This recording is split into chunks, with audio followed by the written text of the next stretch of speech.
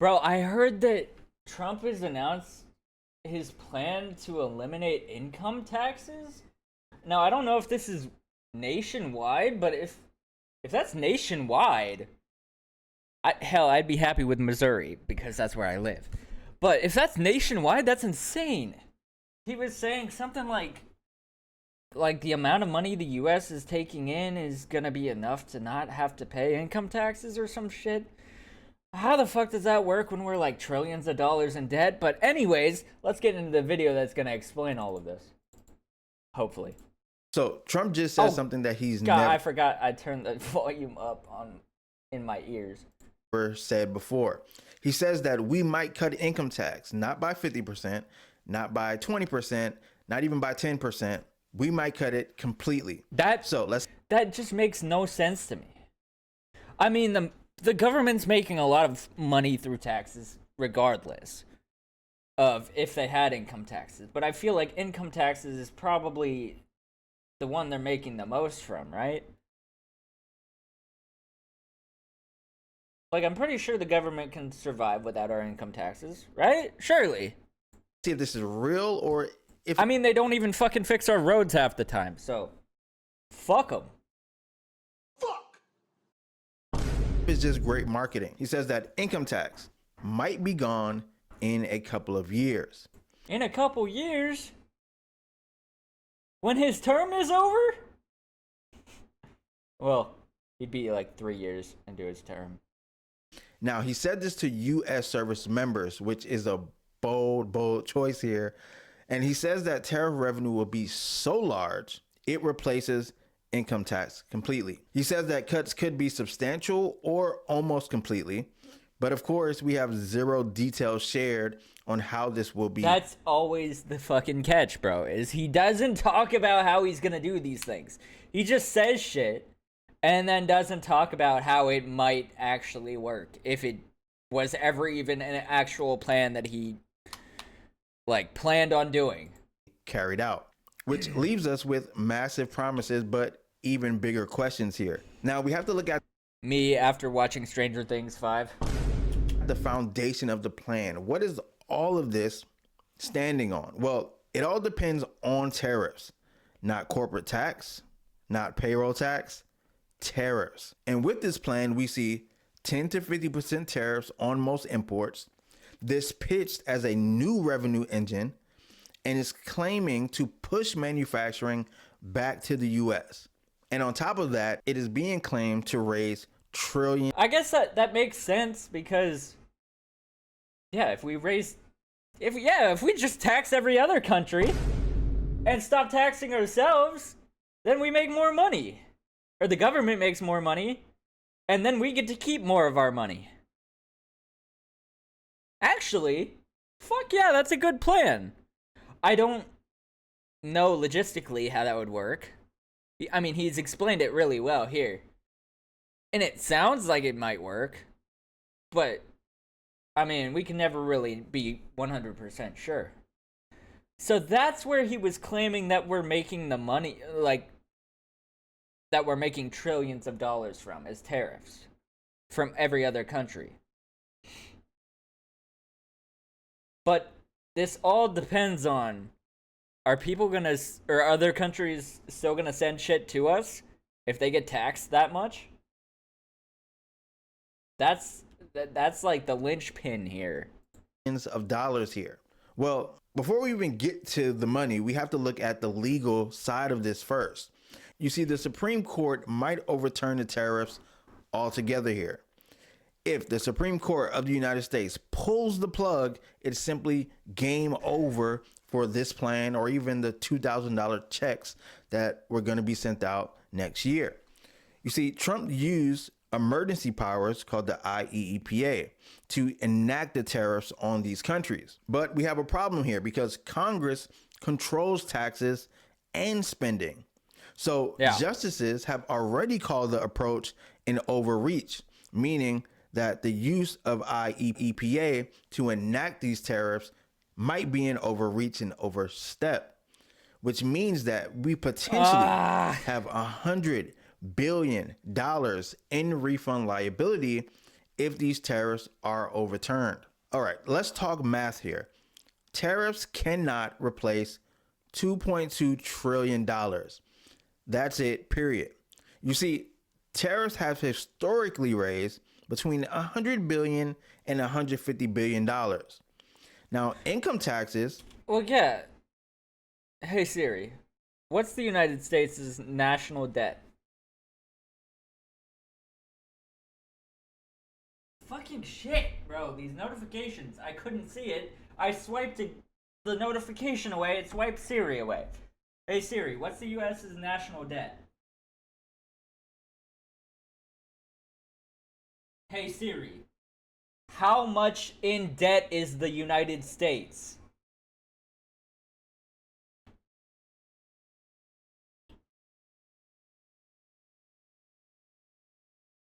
$24.6. 31.5? Oh my god.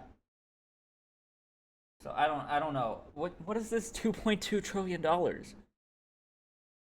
Is he talking about, is that how much we pay in income tax? I mean, the government, do they need that much fucking money from us? They can't fix the debt anyways, so what's the point? Raise about $2.2 trillion. You see the difference there? I do not envy whoever has to manage the U.S.'s national debt. The people who work in the United States Treasury and shit like that, I do not envy that person's job. I can't do math to save my life, so. A pretty big gap. So to replace it, tariffs need to be 10 to 20 times bigger. And if that was the case, imports would collapse long before that revenue even appears. But we have to give Trump some credit here. He is swinging for the fences. Whether you agree or not, it is pretty bold thinking because tariffs do raise revenue. Tariffs can change global behavior. Tariffs can bring leverage in negotiations with other countries. And he's pushing a big narrative here. America first, taxes last. Now, here's the uncomfortable reality of it all. Tariffs act like a tax. Yeah, if we don't just switch them first, like, in a couple of years, it might catch up a little bit, and then it'll make that transition easier, right? Like, so I would say in a couple of years, yeah, that's probably a good idea. If we just keep making more money in tariffs, and then eventually when we have like a substantial amount of money to where we can make this switch, you make the switch, and then no one pays income taxes anymore. And then Americans are making more money.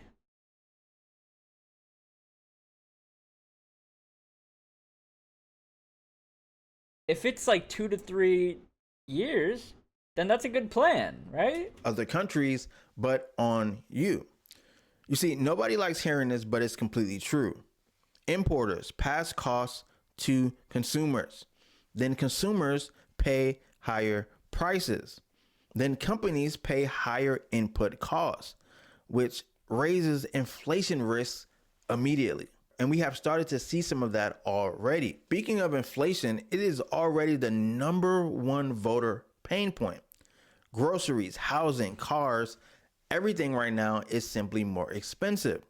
So the timing of this is the issue here because Americans don't want another price shock. Yeah. Tariffs often raise prices on everyday goods. Voters in recent elections have voted on affordability. We saw this across the United States, in Georgia, in New York, so on and so. Well, you know what would fix this? Greedy billionaires. But the greedy billionaires are most likely all gonna be greedy billionaires, except for maybe Bill Gates. But he's gonna give it all to charity, so nobody else gets money from that. Not even his kids or whoever is in his family gets access to his money.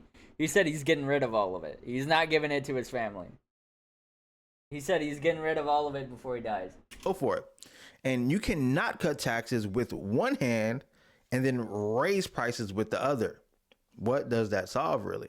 But with most things, we have to look at the political strategy around this. This message is designed to electrify middle America. When he comes, I feel like the main problem in America with the rise of inflation is greed. Like, yeah, all of these things are factors, but if people would stop being greedy and wanting to make more and more and more and more and more and more and more and more money, then things would start getting cheaper.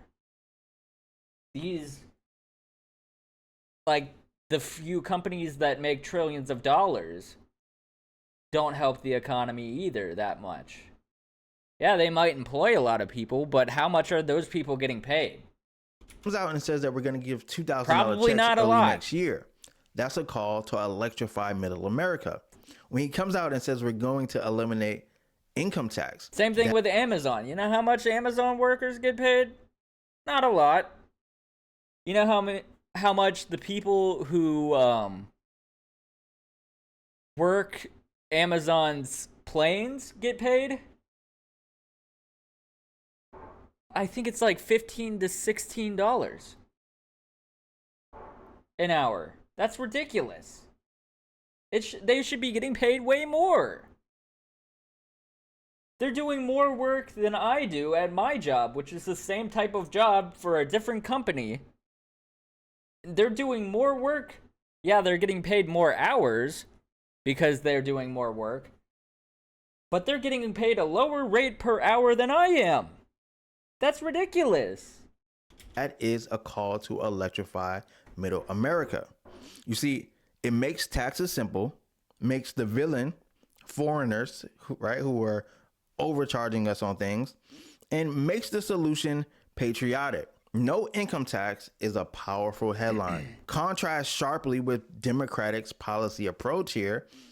Tariffs are framed as a tax on foreign competitors. It's clean, it's bold, and it's likely to go viral for Trump. But the question is, who actually benefits from this move here? You see, eliminating income tax helps high earners the most. The top earners pay the most income tax. Now, removing income tax skews the benefit right to the top. And it simply makes sense. Fuck the billionaires. Make all the poor people not pay income taxes.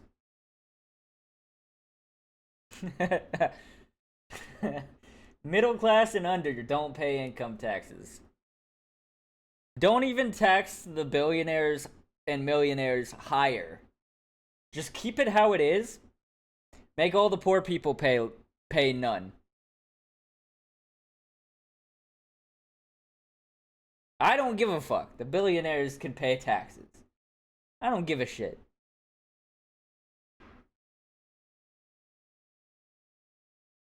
And I know we live in a capitalist society, and it's probably likely gonna stay that way forever. And it's probably a good thing that it stays that way forever. But it's unfair when people have hundreds of billions of dollars. No, that's not fair. Or 100 million. Or people that buy $500 million houses. Like, what the fuck? You have fuck you money, and that's what you do with it.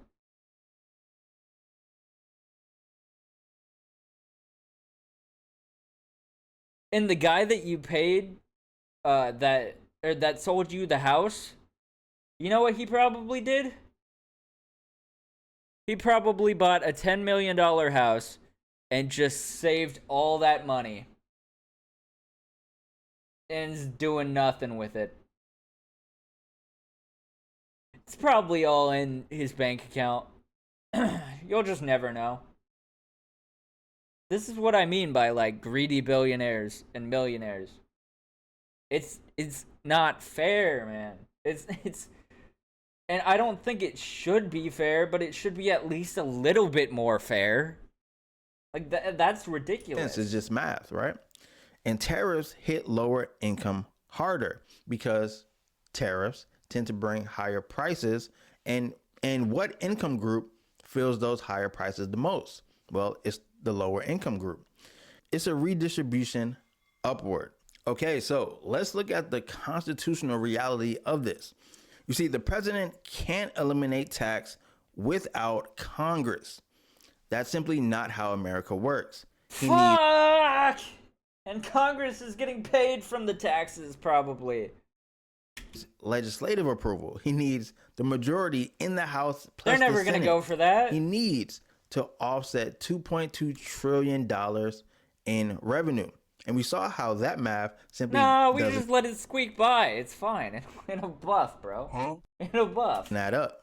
So this isn't a one-man decision. It'll work itself out. A whole lot of people, a whole lot of groups are going to need to get on board here to make all of this work. And that's just with our own country. But what about other countries? You see, if we tax their goods, then they tax ours. Allies retaliate. Export industries get crushed. Agriculture, aviation, machinery take a hit. And tariff war becomes a revenue drain. So this is a risk here that we have to be aware of if we move forward with this plan. So what are some better options here? What could actually work? I've come up with 3 of them. Let me know what your thoughts are. Option number 1 are targeted tariffs plus targeted tax cuts. So Well, instead yeah, of just that's what we should have been doing from the tariff beginning. sledgehammer, let's use a scalpel. We shouldn't have been tariffing Antarctica, bro. Let's get surgical with it. Like, what the fuck are we Let's doing? use strategic tariffs on unfair trade. We shouldn't have been tariffing That the revenue penguins. should go to tax cut for lower income household, first time home buyers, and small businesses. Why? Because lower income households feel higher prices the most. First time home buyers, because housing has simply become unaffordable, knowing that great wealth has been built through the use of housing. No, let's go a step further. Not tax cuts. Tax eliminations. No taxes for poor people. Once you get rich, you start paying taxes. And then give tax cuts to small businesses. Why? Because If they you get rich. employ Because a lot of poor people like to waste their money and then stay poor. most of the United States. So this is a win-win. You still get the political win without economic chaos here. Okay, that's option number 1. Option number 2 is simply simplifying income tax instead of killing it. Make it easier, make it fairer, make it cheaper. Sort of like how other countries do. Combine brackets, increase standard deductions, reduce this is a good loopholes for fucking video. ultra high earners, This guy's and so lower smart. compliance costs. Okay, that could work. What do you think about option number 2? Hey, I'm Let's gonna talk about subscribe to the other one option- too. Hold on. Let me give this one a subscription. I should have done this when I was recording it. Number 3. Option number 3 is to attack the real problem here, which is affordability. Taxes aren't the number 1 pain point for people. Prices are. True. So if you solve affordability, you simply win back the country. Although taxes do fucking suck, so You expand housing credits, you support first-time home buyers, you reduce payroll burden, and you use tariffs only where strategic and not as a blanket on the real issues here, which is affordability. So putting this all together, we have to look at the big picture here. We have a massive promise with potentially massive consequences. And while bold ideas are great here, math and law still matter. So eliminating income taxes through tariffs seem like a moonshot here. Tariffs alone cannot fund it. Consumers would feel the price pressure. The Supreme Court ruling could blow the entire thing up. But the conversation still matters because America actually does need tax reform. I think we can all agree on that. So what are your thoughts? Let me know in the comments. Do you like my options? Do you like Trump's options?